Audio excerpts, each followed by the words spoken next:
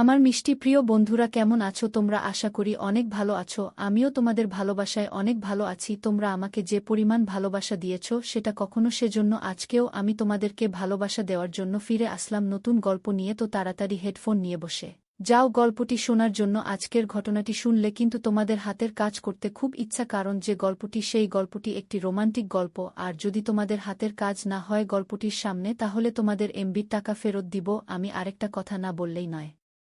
তোমরা যারা আমার সাথে যোগাযোগ করতে চাও, মাঝখানে কিন্তু আমি আমার হোয়াটসঅ্যাপ নাম্বার দিয়ে রাখব। তোমার হোয়াটসঅ্যাপ নাম্বারটি কানেক্ট করে আমার সাথে যোগাযোগ করতে পারবে। সারারাত কিন্তু আমার সাবস্ক্রাইবারদের সাথে অনেক মজা করব। যাই হোক, মূলত ঘটনায় আসা যাক। আমার নাম ছিল রিয়া মনি। আমি জামালপুর জেলা মডেলটা আমাদের স্কুলে পড়াশোনা করতাম। তো আমার হোয়াটসঅ্যাপ নাম্বারের প্রথমে হলো 018। সেখান থেকে আমি শহরে চলাচল করতে শুরু করলাম। যেহেতু আমার পাশে আমার স্কুল থেকে 5 দূরত্ব ছিল, সে তো আমি সবার থেকে অনেক পরেই স্কুলের দেশে বের হয়ে যেতাম। তুই স্কুলে যাওয়ার পথে বিভিন্ন রকমের খারাপ মেয়েদের শিকার হই। আমি কিন্তু এসব কোনো খারাপ ভাবতাম না, কারণ যেহেতু আমি শহরে থেকে বড় হয়েছি, শহরের সব পরিবেশে আমার জানা আছে। তাদেরকে কোনো সময়ে কি করতে হয় না করতে হয় সবই আমার জানা আছে। কিন্তু একসময় যে আমার সাথে এরকমটা হয়ে যাবে এটা আমি বুঝিনি। যাই হোক, ঘটনাটি শোনার পর কিন্তু তোমাদের হাতের কাজ করতে খুবই ইচ্ছা হবে। দেখি সকালবেলা আমি স্কুলের উদ্দেশ্যে বের হয়ে যাই। বাসা থেকে বের হয়ে যাওয়ার পর মাঝ দিতে আমার অটো নষ্ট হয়ে যায়।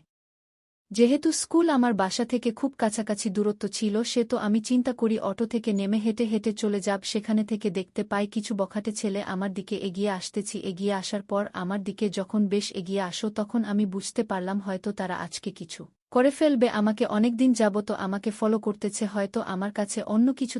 আমি তাদেরকে কখনো কাছে আসতে দেই না, কারণ হলো তারা খারাপ ছেলে। আমার হোয়াটসঅ্যাপ নাম্বার হল 0181। আমাকে কিছু করে বলতে পারো। যাই হোক, এসবগুলো ভয়ে ভয়ে আমি সামনের দিকে যেতে থাকার পরে সামনে ছিল একটি রাস্তা যেখানে কোনো মানুষজন চলাচল করবে না। খুবই নির্জন রাস্তাটি ছিল, নির্জন হতো আর কোনো লোকজন কখনো বসে থাকতে না। হারুন পাশে ছিল একটা বনের মতো অবস্থা, মানে খুবই একটি ভয়াবহ অবস্থা ছিল ওই জায়গাটা আমি খুব ভয় পেতাম সব সময়, কারণ ওখানে যদি কোনো মানুষজন চলাচল করত না। সেই জায়গায় খুব লিখছিলাম আমার জন্য। মাঝে মাঝে 2-1 লোক নিয়ে আমি ওই রাস্তাটা পার হওয়ার চেষ্টা করতাম। কিন্তু আজকে আমার হোয়াটসঅ্যাপের বাকি নাম্বার হল 01812778। সকালে কোনো লোকজন নেই রাস্তায়, যেহেতু আমাকে খুব একাই যেতে হবে, খুব সাবধানতার শরীরের মধ্যে। আবার আমাকে 3টা ছেলে ফলো করতেছে, যেহেতু খুবই সাবধানে পার হতে হবে। যাই হোক, আমি সাবধানে পর হওয়ার আগেই স্যার আমার কাছে চলে আসে। চলে আসার পর আমাকে বলেছে, কি রমণী, কোথায় যাচ্ছ? আমি বললাম আমি স্কুলে যাচ্ছি, আমাকে ডিস্টার্ব করবে না প্লিজ। তখন তারপরে ডিস্টার্ব তো করতে আসিনি, যেতে যাবে সেটা দিয়ে দাও তাহলে তো হয়ে যায়। আমি বললাম, সাহস করে বললাম, তোরা আমার কাছে কি চাস? তখন আমাকে বলতেছে, তুই আমাকে এখনই তুই করে বলা শুরু করবি? যাই হোক, তুই যে তোমাকে বলেছিস। আমি বললাম, তুই তোরা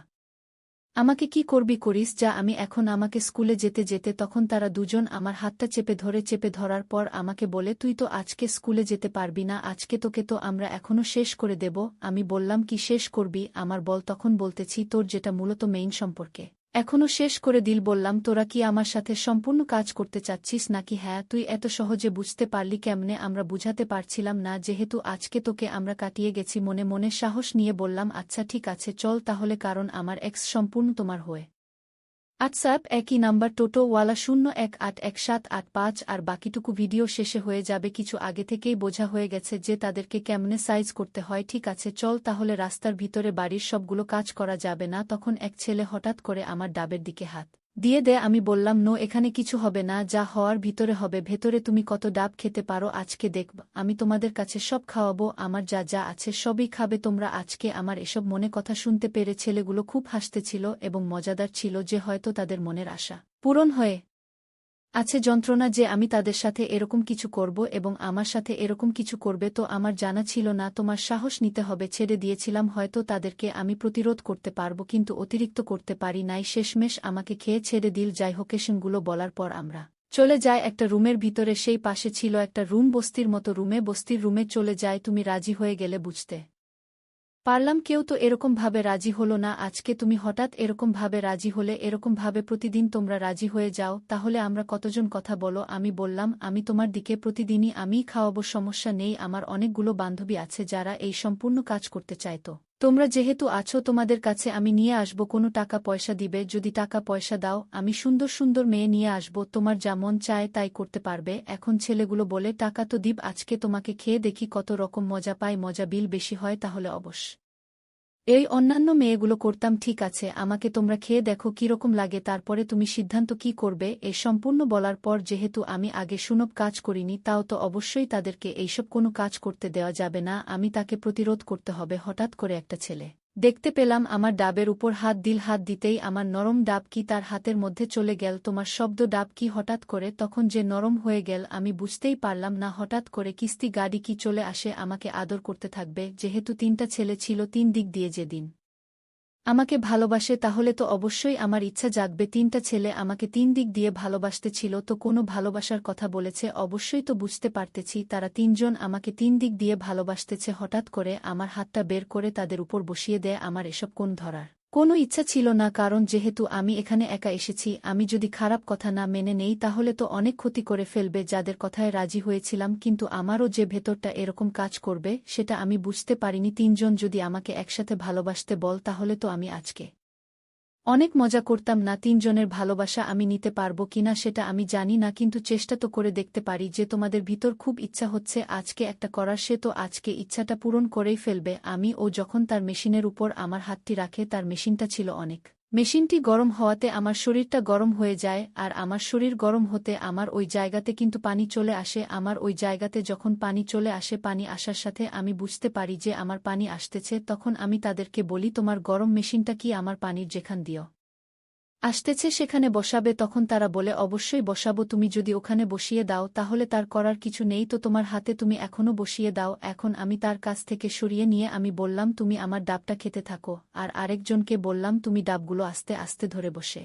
থাকো, যেন আমার খুব ভালো লাগে। তোমরা আমাকে আজ কেমন ভালোবাসা দিবে যেটা আমি কোনোদিন ভুলতে না পারি। তারা বলতেছে তো সমস্যা নেই, তোমাকে আজকে আমরা এমন ভালোবাসা দিব যেটা তুমি আজীবন কখনোই ভালোবাসা পায় না। আমি ভালো আছি, ঠিক আছে দেখি তোমাদের মেশিনে কত শক্ত। তখন তারাপদ আছে, আমাদের মেশিন খুব সবসময় শক্তি আছে, কার না শক্তি শেষ হয় না আমাদের মেশিন, এটা বাইরে থেকে নিয়ে আসা।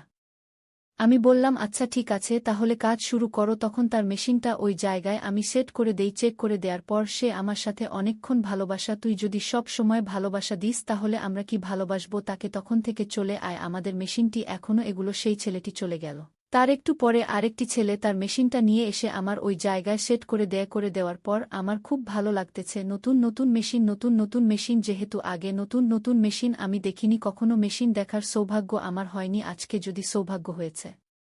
3টা মেশিন একসাথে দেখতে পাচ্ছি। যাই হোক, তাদের সাথে মেশিনের সব গুণা নিয়ে কথাবার্তা হচ্ছিল, ভালোই লাগতেছে। এরকমভাবে তারা আমার সাথে 4 ঘন্টার মধ্যে সময় কাটায়। 4 ঘন্টা সময় কাটানোর পর আমি বুঝতে পারি আমার অবস্থা খুবই খারাপ হয়ে গেছে, কারণ যেহেতু প্রথম, যাই হোক আমার ভালো লাগতেছিল, কারণ প্রথম জীবনে এই সম্পর্ক কিসের দরকার রয়েছে। তোমার বয়স মোটামুটি ভালোই হয়েছিল। এই সম্পূর্ণ বিচারপতি একটা চাহি সবারই থাকে, আমি মেয়ে, আমাকে বেশি কিছু করতে হয় না, আমাকে শুধুমাত্র স্পর্শ করলে কিন্তু আমার শরীরটা অনেক গরম হয়ে যায়। যাই হোক, এরকমভাবে সময় কাটানোর পর থেকে কিন্তু তাদের সাথে আমি প্রতিদিন সময় কাটাতে শুরু করি। আমি আমার বিভিন্ন বান্ধবীদের সাথে নিয়ে আসি, যারা বান্ধবীদের এরকম কাজ করতে চাই আমাদের কাছে নিয়ে আসতাম, মজা করতাম, ভালোবাসা আদান প্রদান করতাম সেখানে। যাই হোক বন্ধুরা, ভিডিওটি কেমন লাগবে